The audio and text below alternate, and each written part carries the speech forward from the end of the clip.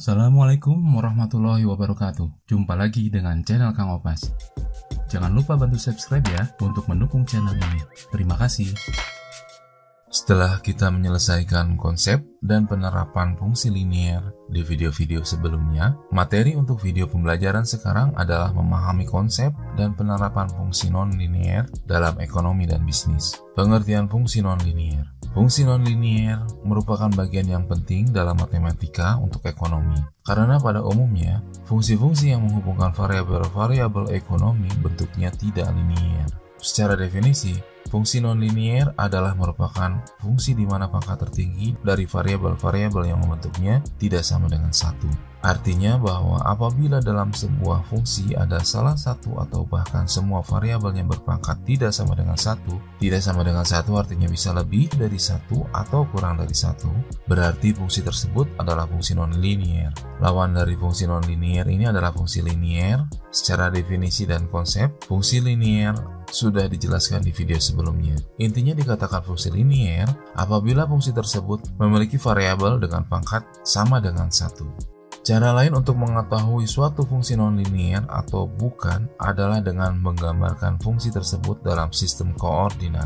Apabila menghasilkan garis yang tidak lurus, maka fungsi tersebut adalah fungsi non-linier. Dan apabila garis yang terbentuk berupa garis lurus, maka fungsi tersebut adalah fungsi linier.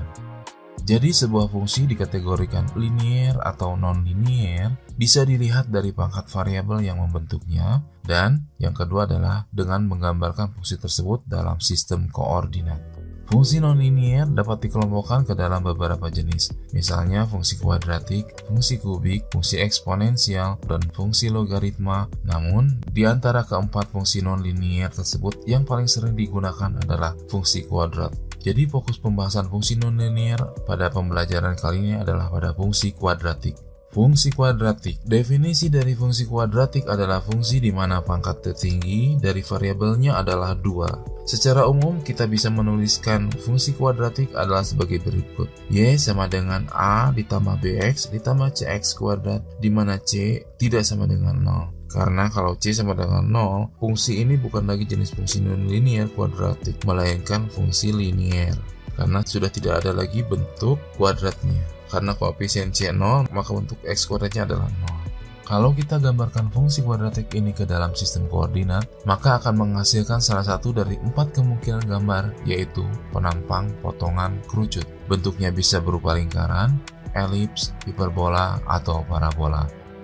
Identifikasi persamaan kuadrat. Untuk memahami apakah fungsi kuadratik tersebut adalah fungsi lingkaran, elips, hiperbola, atau parabolik, kita harus mengidentifikasi fungsi kuadratiknya terlebih dahulu.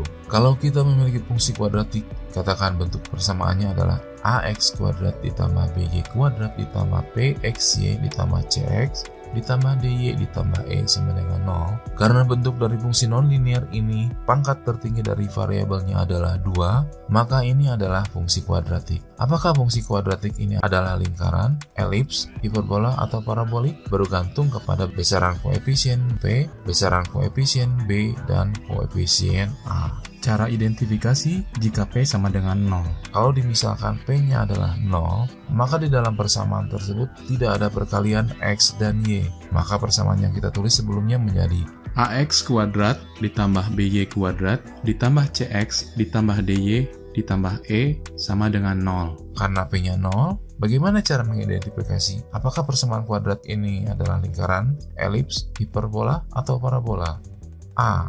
Jika P sama dengan 0 dan A sama dengan B dan bukan 0, maka kurvanya lingkaran. Misalkan 2x kuadrat ditambah 2y kuadrat ditambah 3x dikurangi y ditambah 10 sama dengan 0. Di persamaan ini kita tidak menemukan perkalian antara x dan y, artinya bahwa P-nya adalah 0. Lalu kita perhatikan nilai koefisien di depan x berpangkat 2 sama dengan nilai koefisien di depan y berpangkat 2. Berarti nilai A sama dengan B dan tidak sama dengan 0. Maka persamaan ini ketika kita gambarkan ke dalam sistem koordinat akan menghasilkan gambar lingkaran.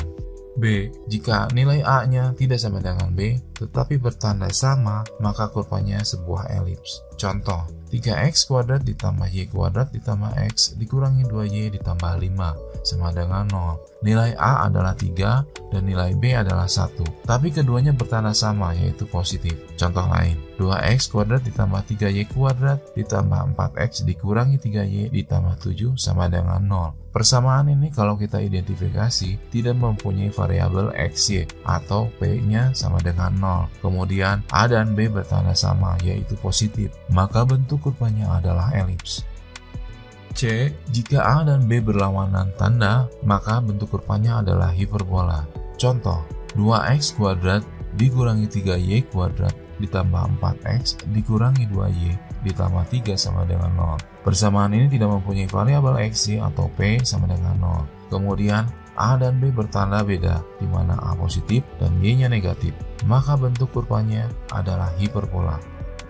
D. Jika A sama dengan 0 atau B sama dengan 0, tetapi tidak keduanya, maka bentuk kurvanya sebuah parabola. Contoh, 2y kuadrat ditambah 8x ditambah 3y dikurangi 9 sama dengan 0. Persamaan ini kalau kita identifikasi hanya mempunyai satu variabel berpangkat 2. Dalam contoh ini, variabel berpangkat 2-nya adalah y. Berarti bahwa B-nya 2 dan A-nya adalah 0 karena tidak ada variabel X yang berpangkat 2. Kemudian tidak mempunyai variabel XY atau P sama dengan 0. Maka bentuk kurvanya adalah parabola.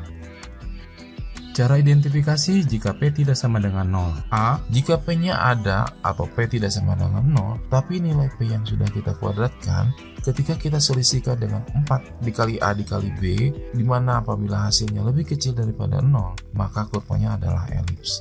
Contoh, x kuadrat ditambah 3y kuadrat dikurangi xy ditambah 2x ditambah y dikurangi 5 sama dengan 0. Persamaan ini memiliki nilai P sama dengan min 1, A sama dengan 1, dan B sama dengan 3. Lalu kita masukkan ke formula. Min 1 kuadrat dikurangi 4 dikali 1 dikali 3, maka hasilnya adalah sama dengan min 11. Min 11 lebih kecil dari 0, karena nilai P kuadrat dikurangi 4 dikali A dikali B lebih kecil dari 0, maka gambarnya berupa kurva elips. B. Jika nilai dari P kuadrat dikurangi 4 dikali A dikali B lebih besar daripada 0, maka kurvanya hiperbola. Berikut contohnya. X kuadrat dikurangi 2y kuadrat ditambah 4xy ditambah x ditambah 3y ditambah 7 sama dengan 0. Lalu kita masukkan ke formula. 4 kuadrat dikurangi 4 dikali 1 dikali min 2 sama dengan 24. 24 lebih besar daripada 0. Karena nilai P kuadrat dikurangi 4AB lebih besar daripada 0, maka gambarnya berupa kurva hiperbola. C. Jika P kuadrat dikurangi 4AB sama dengan 0, maka kurvanya berbentuk parabola. Misalkan, 2x kuadrat ditambah 2y ditambah 4xy ditambah 2x dikurangi y ditambah 10 sama dengan 0. Lalu kita masukkan ke formula. 4 kuadrat dikurangi 4 dikali 2 dikali 2 sama dengan 0. Karena nilai P kuadrat dikurangi 4 dikali A dikali B sama dengan 0, maka gambarnya adalah parabola. Pada pembahasan kali ini, kita hanya akan fokus atau membahas lebih dalam untuk bentuk parabola saja. Karena 3 bentuk gambar yang lain yaitu lingkaran, elips, dan hiperbola hanya sedikit aplikasinya dalam bidang ekonomi dan bisnis. Namun, untuk pembahasan parabola akan dilanjutkan di video pembelajaran berikutnya. Jangan lupa bantu dengan subscribe channel Kang Opas, nyalakan notifikasinya agar tidak ketinggalan video terbaru berbagi pengetahuan lainnya. Terima kasih. Wassalamualaikum warahmatullahi wabarakatuh.